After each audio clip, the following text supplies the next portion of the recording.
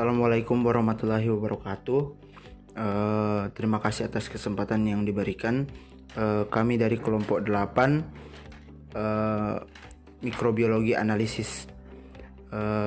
Berikut merupakan nama-nama kelompok dari kelompok 8 itu. Yang pertama Ainun Amalia Salam, Fahrul Rozi Makalalak, Fitriani, Maulida Anissa Sakinah, Rifka Inaya Agus, dan Umi Levina Amri.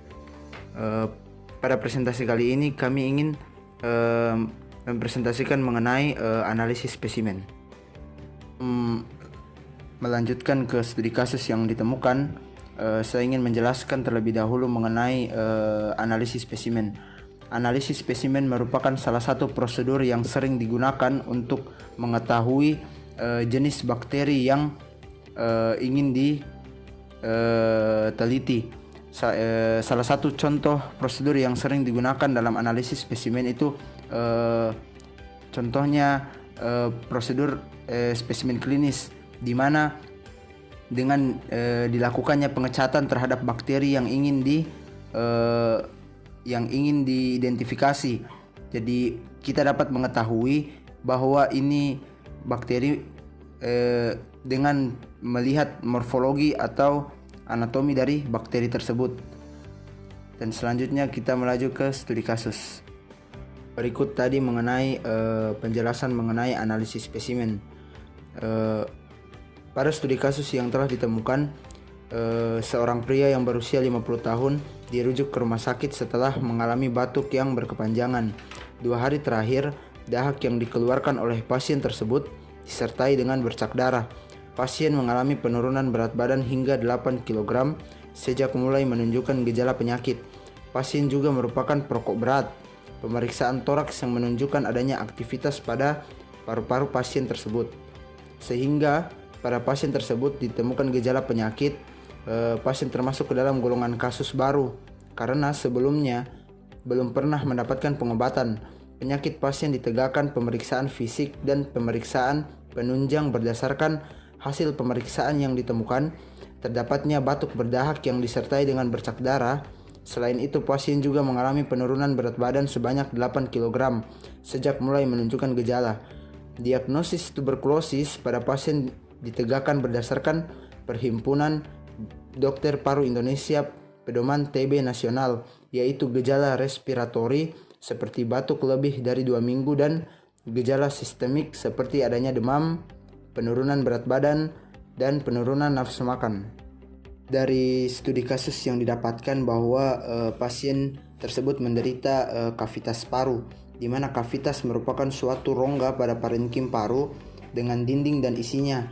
Di tengah banyangan pada kavitas tampak adanya udara.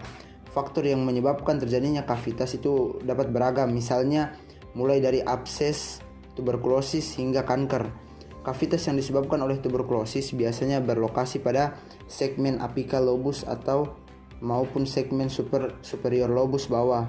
Kavitas yang disebabkan oleh abses dikarenakan aspirasi biasanya berlokasi pada segmen superior lobus bawah atau juga di segmen anterior maupun segmen posterior lobus atas. Pada kavitas yang biasanya mempunyai dinding tebal dikarenakan oleh abses atau karsinoma squamosa. Kavitas dapat berisi cairan sehingga dapat terlihat air fluid level. Biasanya ditemukan pada abses paru, kegansan, atau tuberkulosis yang disebabkan oleh robeknya aneurisma Rasmussen, dan tidak jarang ditemukan fungus bal pada kavitas dan disertai gambaran adanya halo. Prosedur pemeriksaan yang telah dilakukan mengingat prevalensi tuberkulosis paru di Indonesia saat ini masih tinggi, maka setiap orang yang datang ke UPK dengan gejala seperti pada kasus tersebut dianggap sebagai seorang tersangka atau suspek pasien tuberkulosis dan perlu dilakukan pemeriksaan dahak secara mikroskopis langsung pada pasien remaja dan dewasa serta scoring pada pasien anak. Pemeriksaan dahak berfungsi untuk menegakkan diagnosis, menilai keberhasilan pengobatan, dan menentukan potensi penularan. Pemeriksaan dahak untuk penegakan diagnosis pada semua suspek tuberkulosis dilakukan dengan mengumpulkan 3 spesimen dahak yang dikumpulkan dalam 2 hari kunjungan yang berurutan berupa dahak sewaktu pagi sewaktu. Hasil pemeriksaan yang didapatkan dari proses pemeriksaan tadi itu pemeriksaan radiologi tuberkulosis paru. Bila dilakukan dengan tepat, fototoraks memegang peran penting sebagai pendeteksi tuberkulosis paru dini. Tuberkulosis sering kali didapatkan pada fototoraks yang awalnya diperiksa untuk kepentingan medical check-up dan pemeriksaan untuk toleransi operasi. Para pasien dengan sputum BTA positif, fototoraks berperan penting dalam menilai luas lesi serta komplikasi yang terjadi. Pada akhir pengobatan tuberkulosis, fototoraks berperan dalam penilaian sekuel di paru serta di pleura. Ada beberapa gambaran radiologi toraks yang khas pada tuberkulosis paru. Pola kelainan tersebut yaitu kelainan di aspek berupa infiltrat, ditemukan kavitas atau ditemukannya nodul retikuler, sensitivitas dan spesifisitas fototoraks dalam mendiagnosis tuberkulosis yaitu 86% dan 83%. Apabila ditemukan ketiga pola kelainan di atas, tuberkulosis paru minimal ditemukan 1 dari 3 pola kelainan di atas. Gambaran klasik tuberkulosis paru post-primer yaitu kelainan di aspek disebabkan karena tekanan oksigen dan aspek paru lebih tinggi sehingga bakteri berkembang lebih baik. Fototoraks adalah pemeriksaan radiologi dengan sinar X pada regio toraks penderita dengan bagian anterior dada menghadap film dan sinar diarahkan dari posterior yaitu punggung. Indikasi fototoraks pada penderita tuberkulosis paru adalah yang pertama itu sputum positif, suspek komplikasi yang membutuhkan penanganan khusus. Yang kedua, hemoptosis yang berat atau berulang. Dan yang terakhir, hanya 1 dari 3 sputum BTA dinyatakan positif. Dan untuk sputum negatif, dia evaluasi pasien yang tetap pada batuk meskipun telah diberikan antibiotik spektrum luas atau mempunyai hasil pemeriksaan sputum negatif. Selanjutnya untuk penyakit tuberkulosis. Setelah dilihat dari gejala yang dialami dan dilakukan metode yang telah dijelaskan di atas, dapat disimpulkan bahwa pria ini mengidap tuberkulosis, di mana tuberkulosis itu merupakan penyebab kematian ketiga tertinggi akibat infeksi di dunia. Menurut Organisasi Kesehatan Dunia atau World Health Organization, tuberkulosis telah menginfeksi sekitar sepertiga populasi dunia dengan perkiraan 1,5 juta kematian setiap tahun. 1,2 tuberkulosis paru resisten obat. Tuberkulosis paru (MDR) didefinisikan sebagai infeksi Mycobacterium tuberculosis atau MTB yang resisten terhadap setidaknya isoniazid dan rifampicin dengan atau tanpa resistensi tambahan terhadap 1 atau lebih obat anti tuberkulosis lini pertama. WHO memperkirakan ada 6.800 kasus TB MDR baru di Indonesia setiap tahunnya, yang menempatkan Indonesia sebagai negara ke-8 dengan kasus TB MDR sebanyak di dunia. Gejala utama pasien tuberkulosis paru adalah batuk berdahak selama 2-3 minggu atau lebih. Batuk dapat diikuti dengan gejala tambahan yaitu dahak bercampur darah, batuk darah, sesak nafas, badan lemas, nafsu makan menurun, berat badan menurun, malais, berkeringat malam hari tanpa kegiatan fisik, demam meriang lebih dari 1 bulan. Faktor risiko yang paling umum dievaluasi adalah merokok. Ditemukan pada 25% pasien, merokok telah lama dikaitkan dengan peningkatan risiko penyakit TB paru, hasil pengobatan yang buruk, dan risiko reaktivasi tuberkulosis.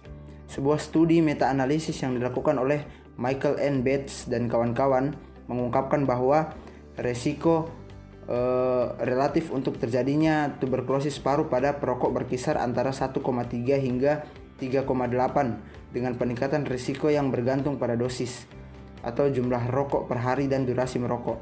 Merokok memiliki efek menghambat irreversibel pada sintase nitrit oksida, enzim yang dibutuhkan oleh makrofag alveolar dan membentuk nitrit oksida untuk menghambat multiplikasi M. tuberculosis. Mekanisme bakteri yang dapat menyebabkan tuberkulosis, di mana Mycobacterium tuberculosis ini sangat berperan dalam penularan dan penyebab terjadinya penyakit tuberkulosis paru. Jika bakteri yang melayang di udara tersebut terhirup oleh manusia sehat, Menurut Jawetz dan Adelbergs, bakteri yang terhirup akan masuk ke alveoli melalui jalan nafas. Alveoli adalah tempat bakteri berkumpul dan bakteri mulai memperbanyak diri. Mycobacterium tuberculosis juga dapat masuk ke bagian tubuh lainnya melalui sistem limfa dan cairan tubuh. Sistem imun dan sistem kekebalan tubuh akan merespon dengan cara melakukan reaksi inflamasi. Fagosit menekan bakteri dan limfosit spesifik tuberkulosis akan menghancurkan bakteri dan jaringan normal. Reaksi jaringan tersebut menimbulkan penumpukan eksudat di dalam alveoli yang bisa mengakibatkan bronkopneumonia. Setelah pemajanan biasanya terjadi infeksi awal pada 2-10 minggu. Bakteri tuberkulosis paru dapat berada di semua tempat. Hal ini sesuai dengan teori yang disebutkan. Saat bersin, batuk, atau berbicara, seseorang klien tuberkulosis paru secara tidak sengaja menyebarkan droplet nuklei dan terjatuh ke lantai, tanah, atau tempat lainnya. Karena terkena paparan sinar matahari atau panasnya suhu udara, droplet nuklei tersebut dapat menguap. Menguapnya droplet bakteri ke udara dibantu dengan pergerakan aliran angin yang menyebabkan bakteri tuberkulosis yang terkandung di dalam droplet nuklei terbang melayang mengikuti aliran udara. Apabila bakteri tersebut terhirup oleh orang sehat, maka orang itu berpotensi akan terinfeksi bakteri tuberkulosis. Penularan bakteri lewat udara disebut dengan istilah airborne infection. Bakteri bisa bertahan hidup beberapa waktu di bawah paparan sinar matahari sehingga memungkinkan bakteri bisa terbang jauh terbawa aliran udara, dan bila terbang ke tempat yang lembab dan gelap akan membuat bakteri hidup lebih lama. Penyebaran bakteri juga bisa terjadi ketika sore atau malam hari sehingga tidak terpapar oleh sinar matahari yang menyebabkan bakteri tetap hidup. Dan selanjutnya klasifikasi bakteri Mycobacterium tuberculosis. Tuberkulosis atau TBC adalah penyakit infeksi pada saluran pernafasan yang disebabkan oleh bakteri Mycobacterium tuberculosis. Sebagian besar TBC menyerang paru-paru tetapi dapat juga mengenai organ tubuh lain. Bakteri ini pertama kali ditemukan oleh Robert Koch pada tanggal 24 Maret 1882. Virus dan bakteri pada tubuh manusia berproduksi di dalam tubuh individu penderita penyakit. Kemudian penyakit tersebut ditransmisikan secara langsung dari individu penderita penyakit ke individu lain yang sehat tetapi rentan terhadap penyakit. Klasifikasi bakteri kelas Actinobacteria, ordo Actinomycetales, famili Mycobacteriaceae, genus Mycobacterium, spesies M. tuberculosis, M. bovis, M. microti, M. avium, M. marinum, M. kansasi, M. xenopi, M. fortuitum, M. celane, M. simiae, M. ulcerans, M. scrofulaceum, dan M. leprae.